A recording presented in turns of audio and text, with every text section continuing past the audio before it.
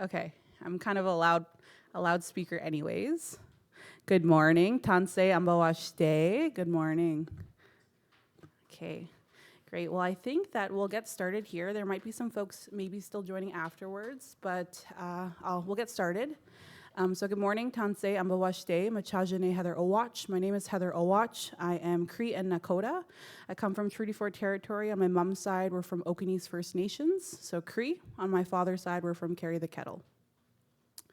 I have the lovely privilege to be able to share with you today some wonderful speakers that are going to share their experiences, their work, and their visions. And so I'm really, really grateful for all of you being able to be here in this space, to have an opportunity to listen to some of our global kin talk about the work that they're doing. I'm going to share a little bit about myself because you're probably wondering, well, who are you? My name is Heather Owach. I mentioned I'm from Carry the Kettle and Okanese, but I also work for a global organization called Indigenous Peoples' Rights International. So IPRI, Indigenous Peoples' Rights International is based in the Philippines, but we do global work. I'm the only Canadian that works for them. I have the very fortunate privilege to say that. So I spend a lot of my time working in different areas, including a couple of our country partners. We work in the Democratic Republic of the Congo, India, Colombia, Brazil, Mexico, and as well as the Philippines, which is where our head office is. IPRI was founded in 2019, and we were founded out of a call out, essentially, on the increasing criminalization of Indigenous peoples that we're seeing happening around the world, especially when it comes to certain areas like the energy transition now that we're seeing. And so our work is critical to advocating for Indigenous peoples in those communities, and as well as sharing some of their work broadly. I'm the database and documentation officer, so my role at IPRI is more in the data section, looking at stories specifically around human rights violations and finding ways to share their stories to amplify their work in their communities, but like I mentioned, also in different spaces of policy. I have the privilege today to share with you two speakers. I'm going to go through their intros, but before I get into who I'm going to introduce, I want to just sort of give you an outline of the next hour that we have.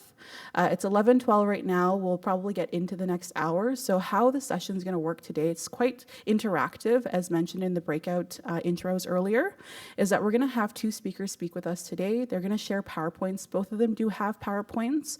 We have one individual that's going to share a video. We also have, because we're speaking with global kin, translations that's going to be happening as well. So at that time, if you need, we're doing translation using the mic, so that's how it's going to work with translations, and then as well as the video will be played, so that will happen as well. And then after that, we're going to have an opportunity for you to do a Q&A session with the panelists that are here.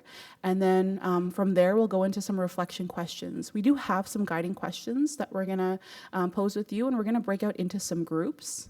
So you'll have a chance to share amongst each other, get to know one another, and then as well as share back what you heard in your group. Hi, good morning.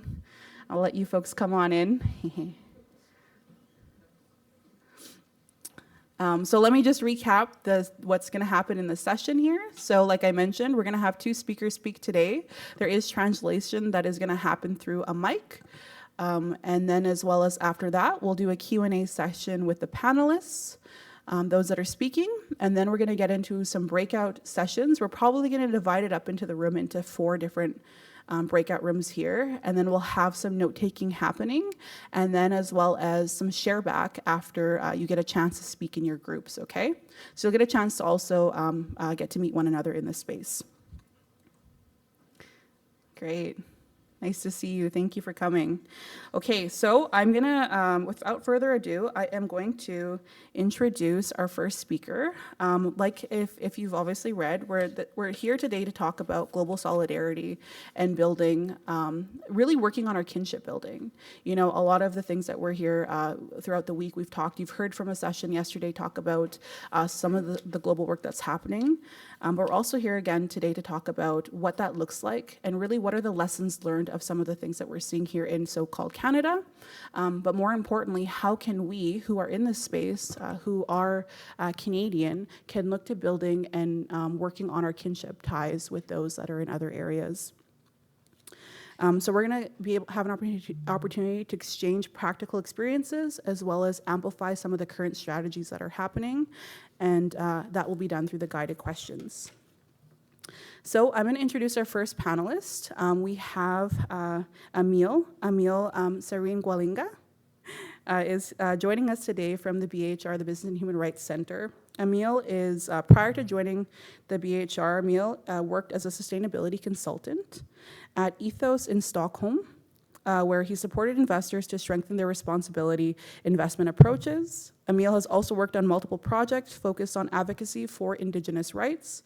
Emil holds a master's degree in business and development studies from Copenhagen Business School. Emil is Swedish and Ecuadorian and based in Ecuador. Emil comes from the Quechua people of the Sarayaka. And Emil is here with us today, joining us here. So Emil, thank you for joining us.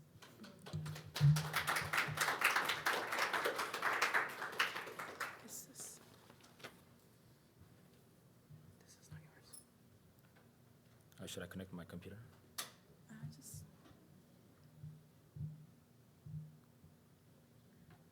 No. Yes. Yeah. Just give us 1 second, folks. We're going to do some connecting here.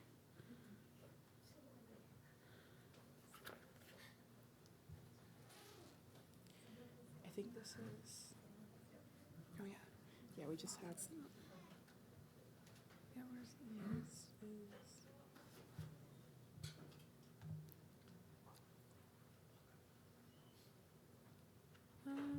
Please hold for technical difficulties. Do you have it? Is it HDMI email? Where's Nathan? I thought he just said. Is it this one? Oh, here. Oh, yeah. Okay, Got it. perfect. Let's just do a presentation.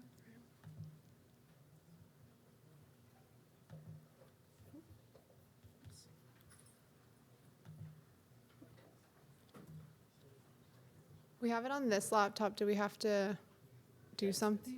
Oh, nice. Great. Yes.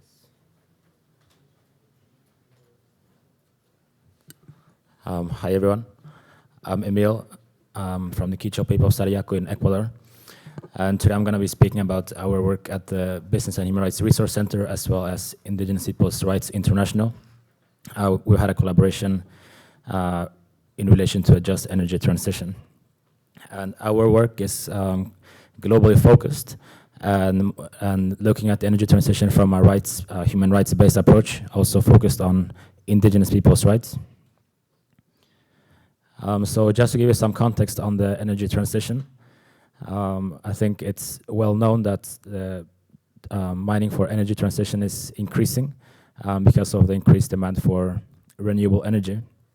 And it's estimated that in order to reach climate targets, there will need to be a 7 times increase of renewable energy investments.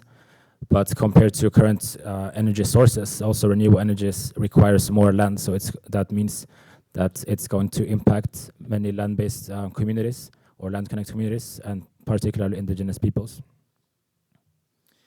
So if we look at transition mineral projects across the world, it's estimated that currently approximately 54% of the projects are near or on Indigenous territories. And in some parts of the world, it's even higher, such as in Latin America, where it's over 70%. And it's also affecting non-Indigenous communities, such as peasant communities. And also, if you look at the water required for this mining, it's also expected that it's going to lead to increased water insecurity. So here's a map. It's showing how it's going to impact water risk, which then also leads to, of course, other problems for Indigenous peoples and other affected communities. But the problem in the energy transition, it's not only in the mining sector, it's also in the renewable energy sector. So IPRI and the Business and Human Rights Resource Center have been documenting since 2015 attacks against human rights defenders. And the cases of attacks against human rights defenders, and particularly Indigenous people's human rights defenders, have been increasing. And this has been particularly in Latin America and Southeast Asia. So despite the attacks against indigenous human rights defenders increasing, most of the companies in the renewable energy sector still do not have adequate policies to respect indigenous people's rights. So at the Business and Human Rights Resource Center, we did a benchmark assessing their policies, and we found that out of the 28 major renewable energy companies, most of them, 26 of them, had inadequate policies to respect indigenous people's rights. And they also do not have agreements or commitments to benefit sharing and so forth. So they're scoring very low. But often we think that because it's renewable energy, it's green and sustainable, so it's sort of being pushed as sustainable and responsible and so on. But if we look at it more closely, it's not the case necessarily. So in April, we, together with Indigenous Peoples' Rights International and Right Energy Partnership, we organized a conference on the just transition, inviting indigenous peoples from the 7 socio-cultural regions of the world, in which the members wrote a declaration on the just transition focused on renewable energy. So if you want to look at the report, you can scan the QR code here. And obviously there's regional differences, but this sort of paints a global picture of some of indigenous people's priorities in the energy transition. So yeah, just some high-level summaries of the declaration. The participants were in support of the transition to renewable energy, but believe that it's not right now. It's failing to respect their human rights. It's perpetuating the same models that existed in the oil and gas sector and the mining sector and so on, leading to increased criminalization and attacks against indigenous human rights defenders, land dispossession, and so forth. At the same time, where indigenous peoples in many parts of the world are being displaced, or projects are being imposed without their free, prior, and informed consent, in many parts of the world, they also lack access to energy. So yeah, just some of the high-level recommendations. Of course, for states to recognize and respect their rights. In many parts of the world, indigenous peoples are not recognized as indigenous peoples, for example, in legal frameworks. So you can look at the specific recommendations a bit more closely. I think it's useful for advocating within your own country or within your own organizations or business partners. So as we've seen in this conference, the matter of indigenous equity co-ownership has gained more attention in recent years, especially in Canada and Australia and also New Zealand, I believe. So we try to look at whether this can be an alternative to the trend of increased human rights violations affecting indigenous peoples. So we wrote a report.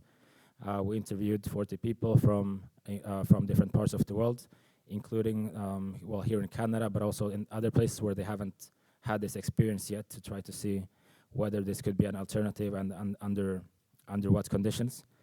So if you want to look at the report, you can also scan the QR code. And I want to also give a shout out to Mana from Tauhara Trust, who provided a case study, as well as Dokis First Nations, who also provided a case study. And we have a few other case studies, including from 6 nations, I believe, as well as a few case studies from Colombia, Kenya, and a few other places. So, I mean, here in Canada, you have a lot of experience with co-ownership models, but just some of the findings from a global perspective was that there's no size fits all. But I think the rights-based approach also focused on indigenous people's self-determined priorities is a general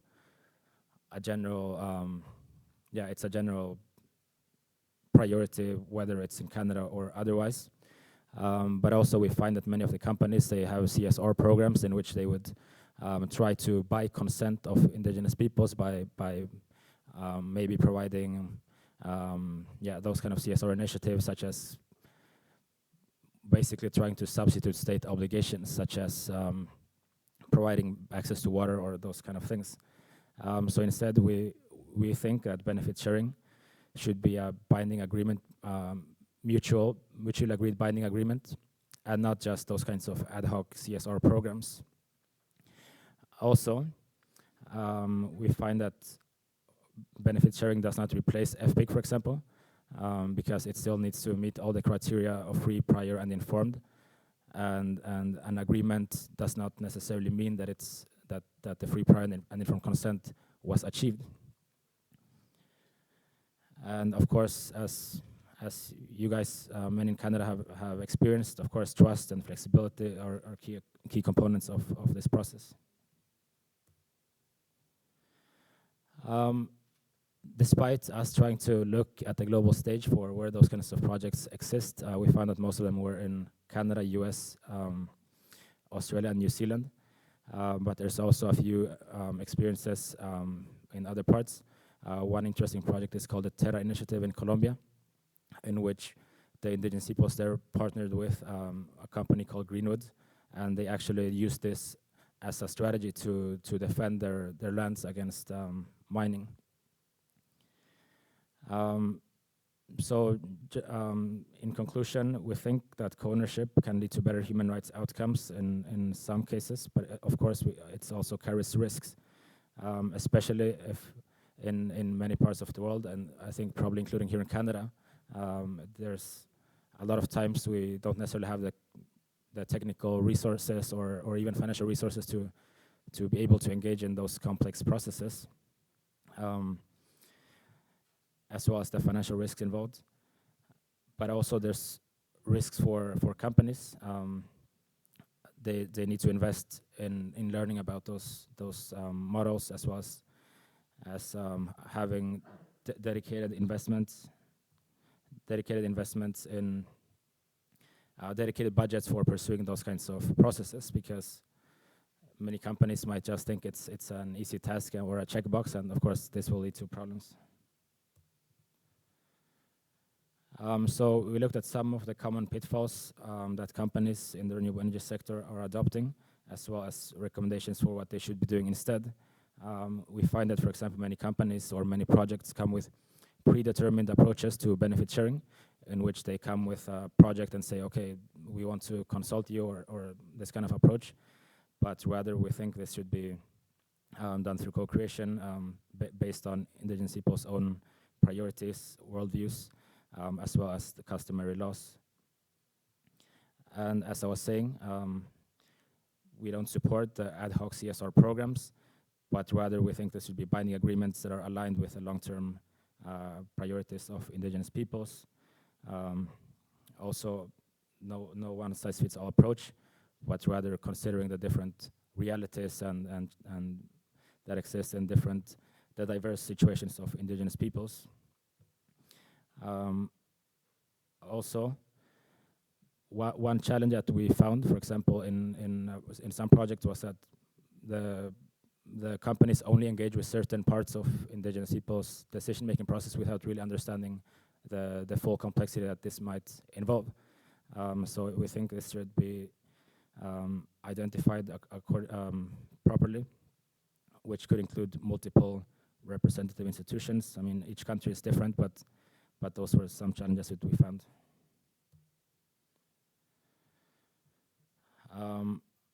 Yes, rush timelines, trying to get approval as fast as possible. So we think this needs to be planned into the process so that it's deliberately sufficient time for informed decision making, to build trust and so on. Also, lack of funding for FPIC processes. Of course, it's expensive to convene. If you live in remote communities and the different communities are far from each other, you need a budget to be able to participate in those types of processes. Also, among the companies, we find that often they don't understand indigenous people's rights in general. So also it's the same problem then with the diverse indigenous people's cultures that exist. So we think there needs to be training. Also, one other issue that we found is that often there's a lack of broad community engagement, that it's done involving not the broader community, but maybe just formal structures and without consulting the diverse groups within indigenous peoples, such as women, youth, elders, hunters, and so forth.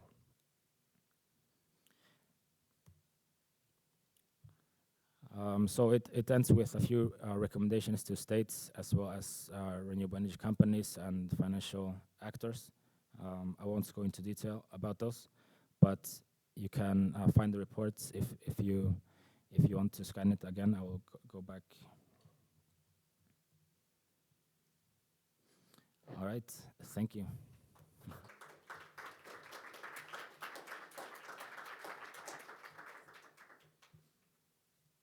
Thank you, Emil, for that.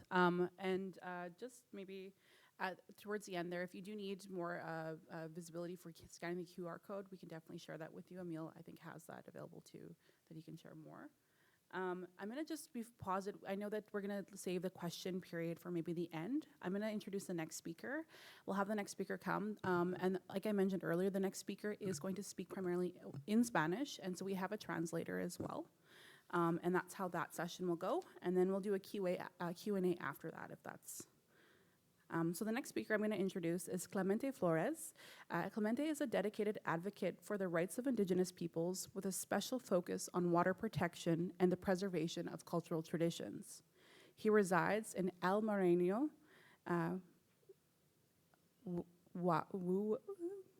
Jujuy, Argentina, and is a member of the El Angosto indigenous community, part of the Cola people of the Salinas Grandes and Laguna de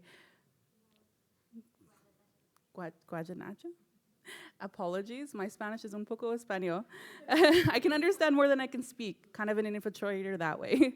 As the president of his community, Clemente leads initiatives to strengthen cultural identity and protect natural resources. He also represents 33 indigenous communities within the area where they actively work to defend their rights on water and land protection. One of his key activities is raising the llamas, an ancestral practice that provides fiber for traditional crafts. This not only helps preserve their cultural heritage, but also contributes to the sustenance of families and the economic development of the community. Clemente's journey is marked by a strong commitment to social justice and equity for indigenous peoples. He continually seeks opportunities to create positive change within his communities, and including promotion of inclusion and respect for ancestral rights. Clemente is here to share more about his work and as well as some of the things that are happening within his own community when we think about renewable energy and a just transition. So without further ado, thank you, Clemente.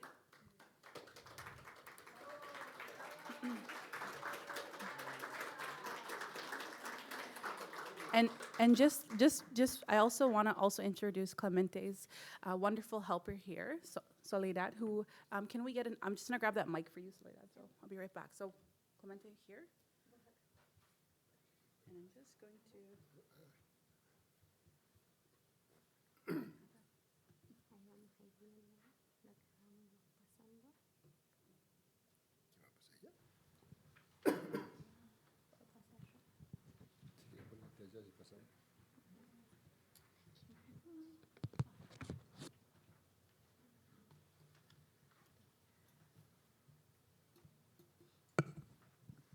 Hola, hola, ¿se escucha? ¿Sí? Muy buenas tardes, mi nombre es Clemente Flores, soy de la comunidad aborigen del Angosto, distrito del Moreno, en la provincia de Jujuy, Argentina.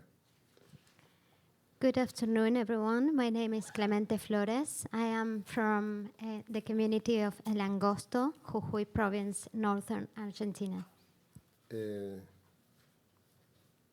Me acompaña Soledad Sede, quien es un miembro de la comunidad, para poder hacer visible todo este tema de la extracción de litio en nuestra comunidad. And here with me, Soledad Sede, who is working with our community to make visible our problematic. La transición justa de la cuenca Salinas Grande y Laguna Guayatayoc We are requesting the just transition for Salinas Grandes and Laguna de Huachatayoc.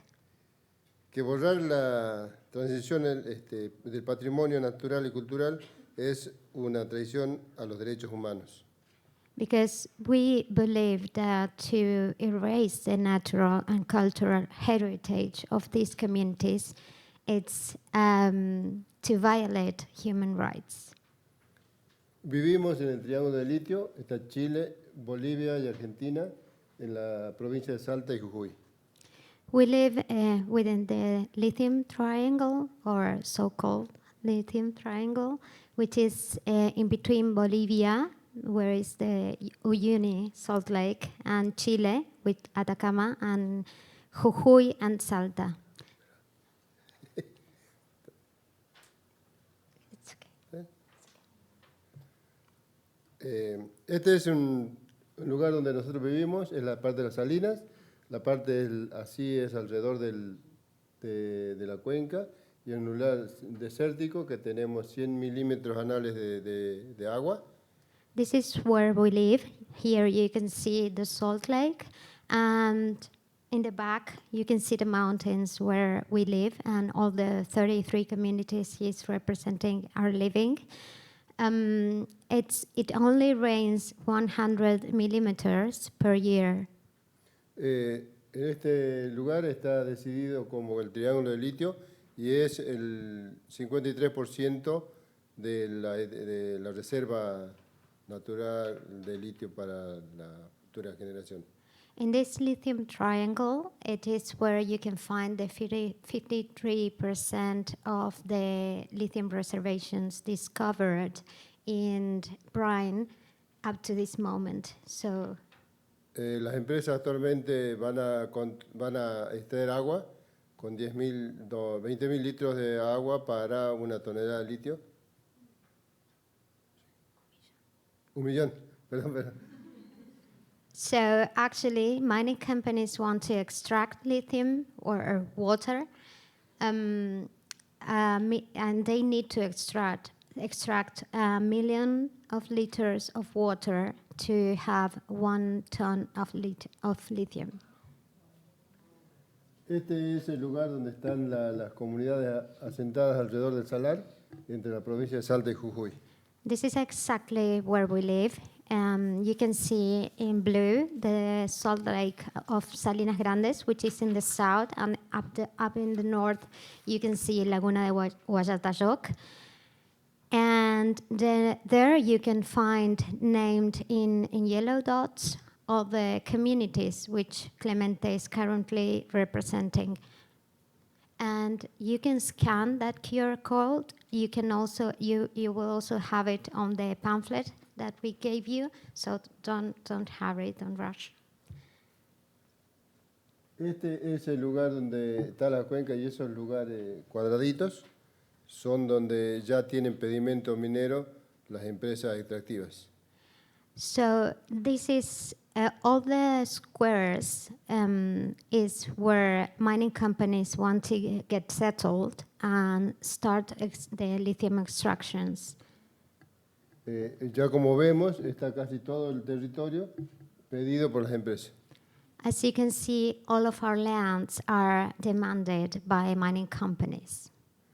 Bueno, este lugar también no tenemos los medios de comunicación ni los medios de transporte para poder tener comunicación entre las comunidades.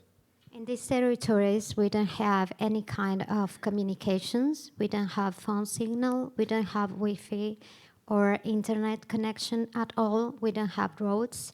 We don't have any way to move around the territory. So it's really difficult for them to organize and to meet each other every month like they do. Este es la comunidad donde yo vivo, la comunidad aborigen del Angosto, del distrito del Moreno, y está la empresa, lo de amarillo es la empresa Energice. This is the territory of my community. As you can see in pink, it is my own territory, my community, El Angosto. And in yellow, you can see where Pan American Energy wants to put their mine site. And in the violet square, you can see the area of influence of the mine, which is including the church, the schools, and my house as well. El avance es el cuadrado grande donde abarca todo el pueblo moreno, las otras comunidades, la zona de sacrificio que sería en el futuro. The big square, it's the sacrifice zone, which is going to be in the future. Nosotros vivimos en las cooperativas SAL, que son distintas actividades que hacemos en distintas épocas del año.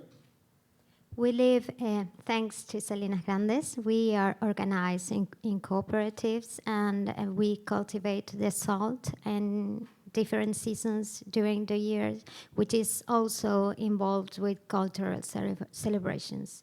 Es sal para los animales y también para consumo. We cultivate salt not only for human consumption, but also for animals as well. Nosotros construimos las casas de adobe, son la forma de construir la caja de paja y barro. We build our own homes with the same materials that we have in our land, with straw and mud. Tenemos ganadería, que son las llamas, que tenemos para producción de carne y lana. We also have cattle breeding, and we have llamas, and we produce meat for family consumption, and also wood for handcrafting. También hacemos artesanía, que vieron son guantes, esto es una media, es mi madre que está haciendo artesanías. That's my mom working on handcraft on llama wool, and she is doing some gloves in there, as I can see, and everyone knits in Salinas Grandes, even mans as well. Nos dedicamos a la pequeña agricultura en pequeña escala, que son siembra de papa, haba, arveja. We also have agriculture only for family consumption, and we cultivate all around the year, despite the weather, despite the climate conditions. And we have potatoes, broad beans, peas, and all kinds of vegetables. But all En pequeña escala, como son parcelas, especialmente para el consumo diario, no es tanto para mercado, sino es para familiar. we are not selling what we produce. We only we only have that to feed our families.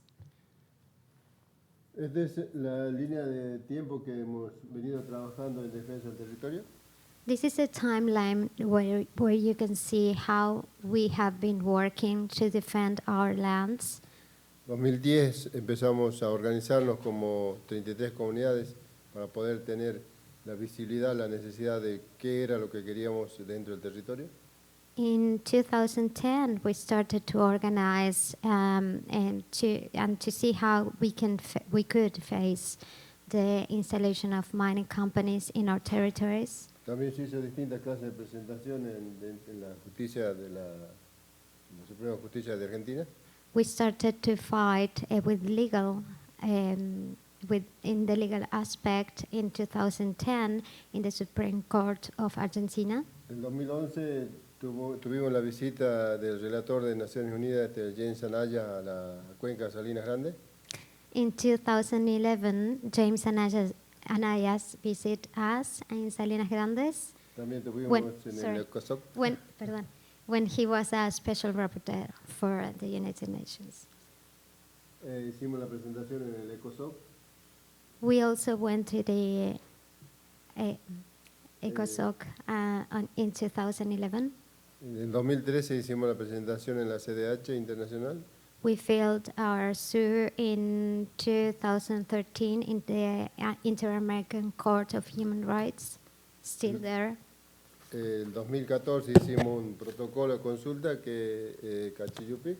In 2014, we create our very own protocol of consultation because we didn't want to wait for the companies to say or the government to say what do we need to do. and we create our own consultation protocol, which is named Kachi Supi. Para realizar este trabajo tuvimos 2 años trabajando en reuniones, talleres, preguntando a abogados y todo eso fue el resultado. We were working during 2 years to organize this kind of job, and it was a long process. We were working with workshops, assemblies, all around that big territory that you can see in the map, and that was the result. Después hicimos la película que es Nombre de Litio, una película que llevó bastante reconciliación desde el productor hacia las comunidades porque querían que hable la gente. After that, we had our own documentary and filmed in between 2016 and 2019, which is named in the name of lithium. And it was a wonderful work from the producers and directors of the documentary, which really respected our communities, our cultural times, and everything. 2023 tuvimos un gran problema con la justicia de la provincia, que no hubo la reforma de la constitución provincial. In 2023, the Jujuy province made a constitutional reformation, and we weren't included there. Tuvimos muchos inconvenientes, chicos jóvenes en especial, que fuimos a la movilización para poder hacer el corte de ruta, sin saber que el gobierno no iba a atacar. Perdieron el ojo, hubo lastimados, fue una preocupación que hoy todavía no se puede superar. We went to the roads, we blockade, we protest, we strike for more than 5 months. Más de 5 meses, ¿no? More than 5 months. Many of us were injured, many women were abused, many children lost their sight because of the gases and the attacks of the government and the police. And we cannot get over it since to this day. En 2024 hicimos, con todo lo que había pasado, nos detenimos bastante y pensamos que algo podíamos ser visible. Armamos Habla Pacha, un documento que nos dio de nuevo esperanza de poder recuperar la dignidad de la tierra. In 2024, we kept thinking, what could we do? Because many people was so damaged after 2023. And so we decided to make a podcast named Habla Pacha that gave us hope and the hope to recover dignity and the property of our lands. Porque estamos convencidos que el agua es vida para nosotros y para la futura generación. We are absolutely convinced that water is life for us and future generations. Now we have the video to show. Salinas, protesta encerrada en esa Pachamama azul. Nadie le escucha por decir, ni le da una mano ni un tul.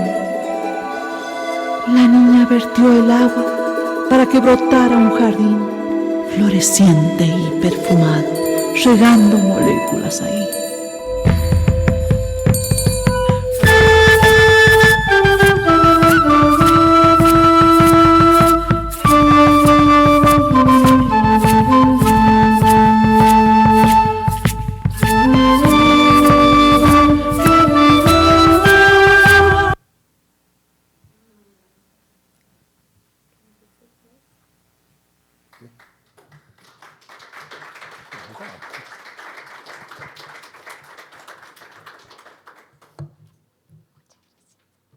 Nosotros creemos que la transición energética no es la prioridad dentro de las comunidades como se está tratando, sino al contrario, es ver cuál es la necesidad y la realidad de las comunidades donde nosotros vivimos y qué es lo que tenemos de los recursos naturales para ofrecer en este cambio.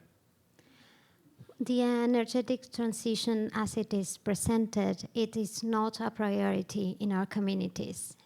we need to be consulted, and we need to be taken care of, and we need to be included in that future that they want to save.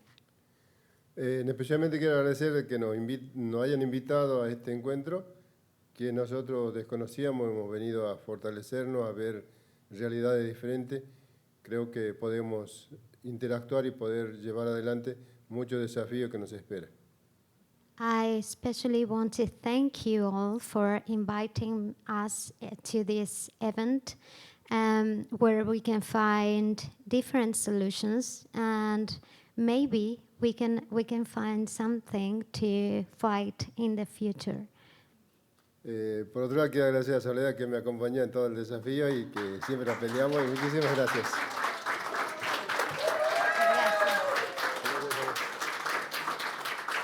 Thank you very much.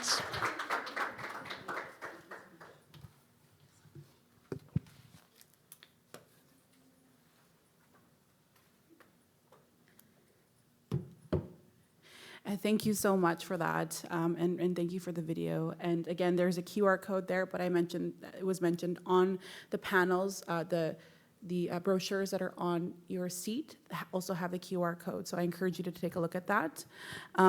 We have about 10 minutes, but I actually want to change up a little bit of things here, because I think it's important that we recognize that we have a global delegation here, as well as we have these two wonderful speakers that came from different parts of the world to come and share and use their time here to share their experiences. I also wanted to mention both Emil and Clemente were at, we're all at the same space back in April at the Just Transition global gathering that Indigenous Peoples' Rights had held along with the BHR. We hosted this. Emil's presentation talked about a report and as well as a declaration that had come about and was really birthed at the Just Transition conference that we held in April in New York, just ahead of the United Nations Permanent Forum on Indigenous Peoples. Clemente was also present there, so was one of the 87 Indigenous leaders that we had brought together. And so with that, I wanted to sort of open up this space. I mentioned earlier that we're going to do sort of a breakout sessions and have 3 guiding questions, but actually what I think is more relevant and probably in this time that we have left is that we actually just open this up for both a Q&A session. So if you have any questions or comments that you want to maybe ask Clemente and or Emil, you're welcome to do that. But also, if you wanted to share your experience as well as some of, like I mentioned, some of the mechanisms that you see in your communities or the work that you're doing. If you wanted to have an opportunity to share that in this space, I encourage that as well. We do have some guiding questions, but I mean, I think it's more important for us to talk about some of these experiences that you're having in your own communities, in your own work, as well as what maybe a human rights-based approach looks like for you. Emil mentioned the reports, the declaration. Clemente shared the Cachiyupi, which is something that their community had created in a response to what FPIC looks like and how it should look like. So if there's anything that you're doing in your work or your communities or your organization that you want to share, I have a mic here so I can come around with this mic and we'll do it at that. Does anyone want to start? Okay, I'll give you that mic here. And maybe if you can just share your name and where you're coming from as well. Thank you.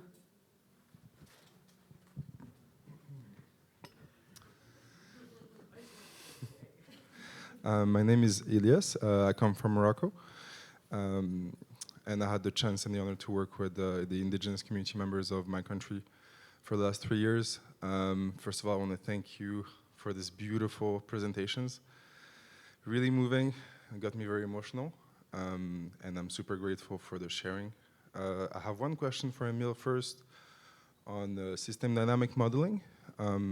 If you have explored, or if in some of the reports or some of the projects you investigated, was it applied? Have you tried any participatory modeling methods, and do you think it's something that could actually be relevant? And if yes, do you think that the entities doing this project could imagine financing some of these or making it a systemic process to force this type of participation and participatory modeling to be able to predict some of the impacts of this huge project on the community members and make sure that their opinion is included.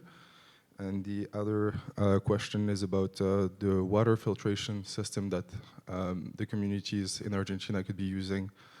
What are they using? What is their water sources? And how can they guarantee resilience in the long run? Emil, if you want to answer the first part of that, and then I'll give it to... Could you maybe just explain the concept of participatory modeling? It's the first time that I hear it, actually. It's a fancy word for things that you probably are very comfortable or familiar with. Basically, it's when you're going to proceed to a stakeholder engagement process, you're going to identify key stakeholders, make sure that you're engaging them in the right way, and then through a specific way of asking the question and receiving the answers, modeling certain either systemic phenomenon within the community or social phenomenon or resource phenomenon. It can be quantitative or quantitative or qualitative. And you could identify feedback loops that can show, for example, that putting this factory right there is going to reinforce a loss of resilience or a loss of water resource over the next 5 years. And this you could predict very easily just by doing these little drawings and having people sitting around the table and talking about what they see, what they've observed in the last 5 years, and also using the ancestral knowledge that we have to just understand these dynamics instead of having this top-down approach. It's a very much bottom-up approach. So as I was mentioning, yes, we find that many companies have a top-down approach in which they maybe only consult with like formal governance structures without including the broader community. But that's sort of the high level that we have looked at things. We aren't project developers or consultants or anything like that. So we don't develop projects. But definitely we think that the targeted mapping of different rights holder groups within indigenous peoples' communities should be definitely part of any type of engagement process. And then just to reiterate the last question there, it was around the water filtration. You're asking for Argentina and if indigenous communities have... Where they're sourcing their water? Okay. Did you get that, Soledad? Para la comunidad del Moreno, del Angoto, el agua viene de vertiente de 12 kilómetros por la gravedad a una cisterna y de ahí se reparte al pueblo, a la comunidad. In El Angosto community, the water comes down from I don't know how to translate vertiente. I need to, Paulina? I will Google it, sorry. Okay. Yeah, it comes from the mountain and it's 12 kilometers away. That's how they distribute the water to all the town.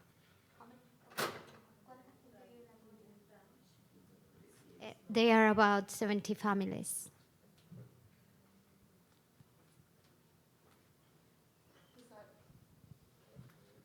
Perfect. Okay. We have about a couple minutes left. Does anyone else want anything they wanted to share or any questions to our presenters today? Yeah.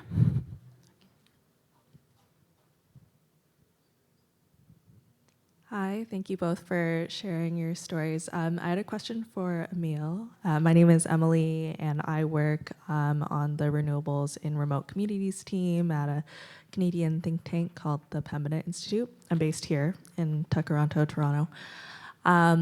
So your presentation focused on equity ownership, and I think something that's being explored a lot in Canada's funding for clean energy projects is whether a minimum threshold for Indigenous equity ownership should or shouldn't be a requirement in giving funding.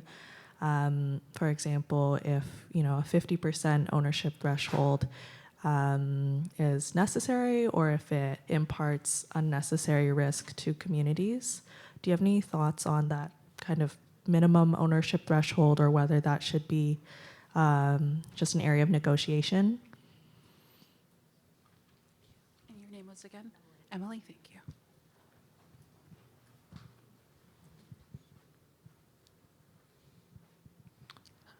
So we haven't in the report recommended like a minimum threshold. It's just because, yeah, we focus on a rights-based approach. So really the free, prior, and informed consent, full and effective participation in decision-making, and those kind of things. We believe this shouldn't be conditional on equity ownership. So if indigenous peoples decide not to have equity co-ownership, I mean, then that's their self-determination as well. But also in our interviews, we found that there were different priorities. Some people thought that for them 30% was what they would be ready to have, or other thought in our communities we would only accept minimum 51%. So it's not really up to us to say that there should be a minimum. But what we do recommend though is that at the national policy level, there should be a consultation with indigenous peoples with regards to the energy framework, as well as the locations in which renewable energy projects should be deployed, including any no-go zones. So, I mean, I think that's where those kinds of agreements or arrangements on the policy might be established. It might be different in different countries, or at subnational levels as well. Okay. All right, I'm just gonna check a quick peek at the time here. We are at 12:01. I haven't heard the hallway sort of walking, but I'm gonna just put it, if there's any last question or anything else that someone in the room wants to share. One more? Okay.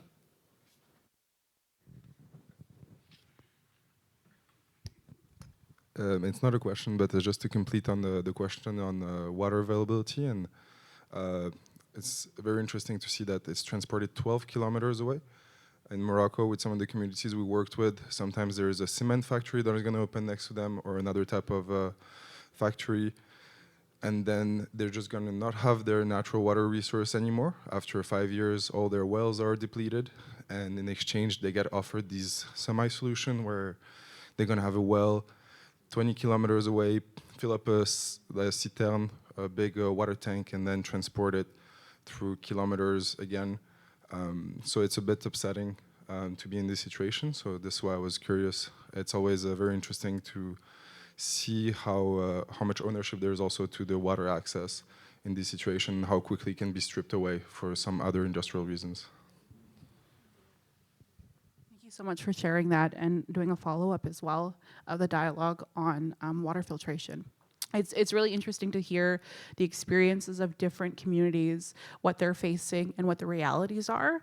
And that's really what this sort of, this space was today, was to talk about the shared experiences, but also the unique experiences of different communities that they're facing in different regions.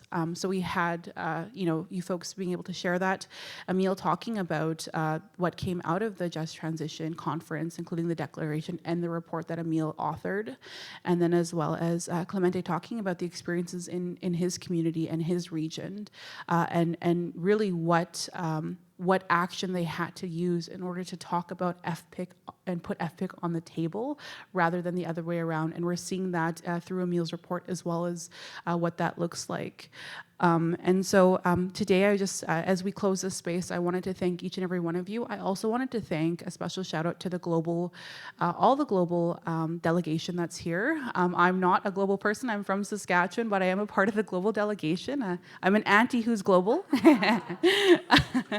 And I really wanted to thank Freddie and Mackenzie and the ICE team for being able to bring us together in a good way, and for you folks that are not a part of the global delegation, but is in this space learning and being here in this shared space to understand a little bit about what's going on around the world. And so I encourage you, as we're closing the space, there is still the rest of the day. You do have breaks. You'll have a lunch period, and as well as a coffee break and after the conference. So if if you want to continue this conversation, please come up to Emil and come up to Clemente, myself as well. I'm friendly, and so you can have a chance to discuss that.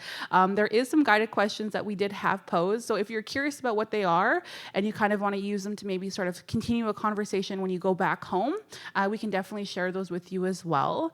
And then as well as Emil and Clemente both have the QR codes. I also have some brochures of my own, as my job duty is to share a little bit about IPRI's work. And again, on behalf of IPRI, Indigenous Peoples' Rights International, on behalf of my colleagues, Alan Kai and Joanne Carling, I really wanted to appreciate the kinship that we've created with ICE and hopefully continue to create with our partners also in this space. So with that, Pinamaya, Kinanaska Muitin.